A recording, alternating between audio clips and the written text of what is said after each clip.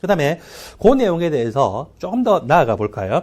마지막 문장을 보면은 다음과 같은 내용이 있죠. 핵의 양성자 수가 많을수록 양성자는 정기적으로 플러스 성질을 나타내요. 양 전압값이 크죠. 따라서 핵과 원자가 전쟁 안의 인력이 크게 나타날 테고 그 인력이 큰 원소를 우리는 비금속 원소라고 표시를 합니다. 또 이번에는 핵으로부터 원자과 전자가 더 멀리 떨어졌다는 것은 전자 껍질수가 많다는 거거든요. 이번에는 전자 껍질수가 적으면은 원자과 전자가 핵에 더 가깝죠. 가까우면은 핵과 원자가 전자 간의 인력이 커서 그 전자를 핵이 또 강하게 끌어당길 뿐만 아니라 심지어 어떤 전자까지 남의 전자까지 쉽게 끌어당길 수가 있죠. 그런 원소를 뭐라고 한다고요? 비금속 원소라고 합니다. 여기서 한번 정리를 해보자면은 금속이라고 하는 것은 전자를 잃어서 양이온이 되기 쉬운 원소입니다. 비금속이라고 하는 것은 전자를 얻어서 음이온이 되기 쉬운 원소고, 이거는 이제 상대적인 분류로 해서 금속, 비금속으로 이 정의를 할 수가 있다는 것이죠. 여러분들 교재 11페이지로 가겠습니다. 조금 전에 제가 원자의 기본적인 구조에 대해서 설명을 했는데, 이제 원자와 분자의 차이가 뭐냐, 그리고 또 이온과 원자 분자의 차이가 뭐냐, 그리고 더 나아가서 원자와 원소의 차이가 뭐냐라고 하는 것을 한번 정리합니다. 원자라고 하는 것은요, 가장 작은 크기의 입자단인데 사실 원자보다 더 작은 게 있다고 했죠. 핵과 전자 같은 것들이 더 작은데, 근데 어떤 조건을 충족하는 핵과 전자를 가지고 있고, 그리고 핵의 양성자 수하고 전자 껍질에 있는 전자 수가 같기 때문에 정기적으로 중성인 가장 작은 크기의 입자, 그거를 원자라고 이야기를 합니다. 각 원소들마다 이 원자의 질량은 달라지겠죠. 수소라고 하는 원소는 이 원자의 상대적인 질량이 1 정도가 되는데, 탄소라고 하는 이 원소는 상대적인 질량이 약 12 정도로 나타나거든요. 물론 질량수라고 하는 것이 얼마이냐 따라 다르겠지만 하여튼 평균적으로는 이런 식으로 각 원소들마다 한 개 한 개 원자들의 질량이 다르다는 겁니다. 그 다음에 분자라고 하는 건데, 제가 조금 전에 금속과 비금속의 정의를 이야기했죠. 비금속이라고 하는 것은 전자를 얻어서 음이온이 되기 쉬운 원소예요. 그런 비금속 원소들끼리 결합을 할 때는 서로 전자를 한 개씩 내어서 전자쌍을 이루고, 이 전자쌍을 양쪽에서 서로 끌어당기는 결합, 그걸 우리가 공유 결합이라고 하거든요. 그래서 2개 이상의 비금속 원자가 공유 결합해서 이 형성한 입자, 그걸 우리가 분자라고 표시를 합니다. 그 다음에 세 번째, 이온이라고 하는 것이 있죠. 이온이라고 하는 것은 핵에 있는 총 양성자 수에 따라서 플러스 정기적인 성질이 결정됩니다. 전자 껍질에 있는 총 전자 수에 따라서 마이너스 정기적인 성질이 결정돼요.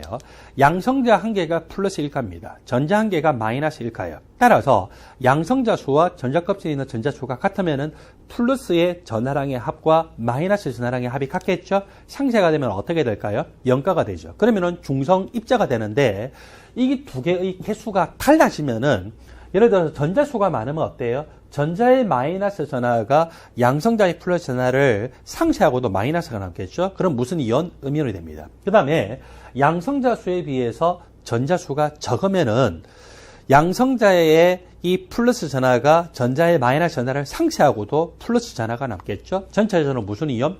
양이온이 되겠죠? 그래서 이런 원리에 따라서 중성물질에서 전자를 잃으면 양이온이 되고, 중성물질에서 전자를 얻으면 음이온이 되고, 이런 입자를 우리는 이온이라고 표시를 합니다. 자, 여기 얘가 두 가지 나타나 있는데, 소듐, NA를 우리가 소듐이라고도 하고 나트륨이라고도 하는데, 이것을 가지고 예를 들어볼까요? 나트륨 원자는 11번 원소예요. 11번 원소라는 것은 핵의 양성자 수가 11개입니다. 플러스 11가죠. 전자 껍질에 있는 전자 수도 11개. 한 개당 마이너스 1가니까 11개면 마이너스 11가겠죠. 전체 합하면 얼마입니까? 0가죠. 중성 원자입니다. 여기에서 전자를 한 개 잃었어요.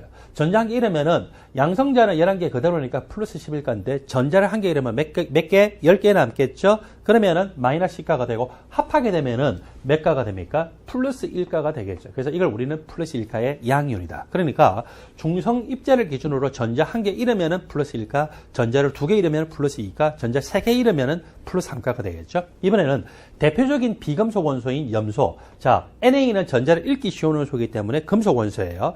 염소라고 하는 원소는 전자를 얻기 쉽기 때문에 비금속 원소입니다. 17번이라는 것은 핵의 양성자 수가 17개, 또 중성 원자 상태에서는 전자 수도 똑같이 17개예요. 양성자 한 개당 플러스 1가니까 17개 플러스 17가. 전자 한 개당 마이너스 1가니까 17개 마이너스 17가이죠. 합하면 0가의 중성 원자였습니다. 그때 비금속 원소이기 때문에 전자를 얻기 쉬워서요. 전자가 한 개 들어왔습니다. 전자가 18개 됐죠.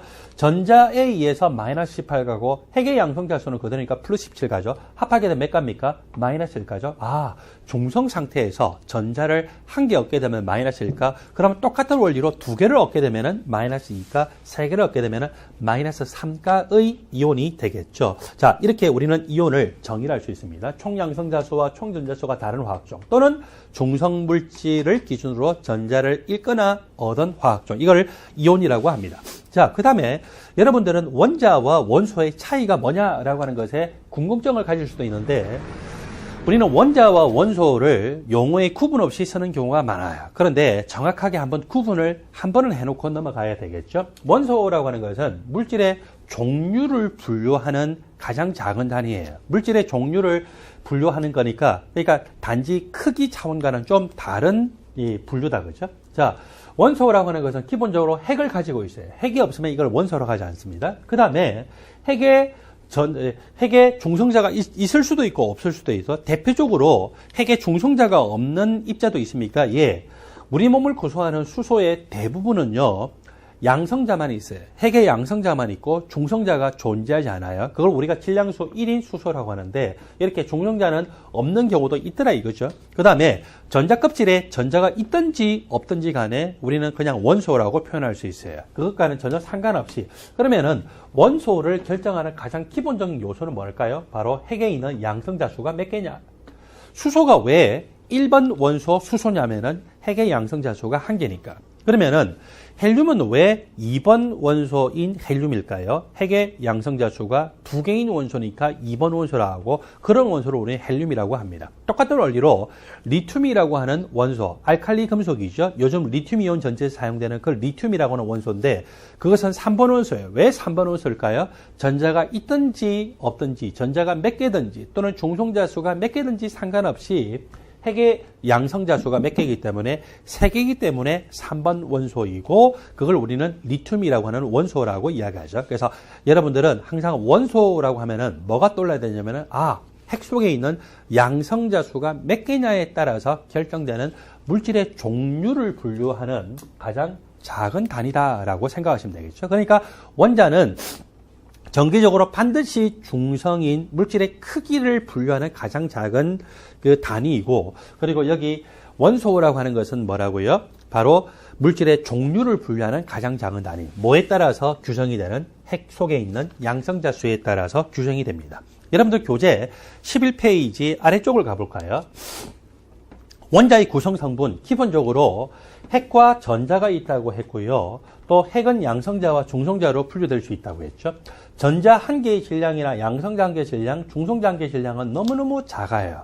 따라서 우리가 이 질량 단위가 작기 때문에 상대적인 질량으로 따지는데, 전자 한 개 질량을 1이라고 생각하면은요, 양성자 한 개 질량은 대충 봐도 한 몇 배 돼요? 1000배가 넘어 보이죠? 예, 1836배 정도로 큽니다. 전자 한 개 질량은 1이라고 했을 때 중성자의 질량은 또 마찬가지로 약 1839배로 해서 이 양성자나 중성자 질량은 어때요? 거의 비슷하잖아요. 그래서 우리는 양성자와 중성자 한 개의 질량이 전자보다는 매우 크면서도 두 개 질량이 비슷하기 때문에 요것들 하나하나의 숫자를 우리가 1이라고 따져가지고 그걸 우리가 질량수 기호도라고 이야기하는데, 그건 좀 이따가 다시 한번 설명할게요. 여러분들은 여기서 한 가지만 기억하세요.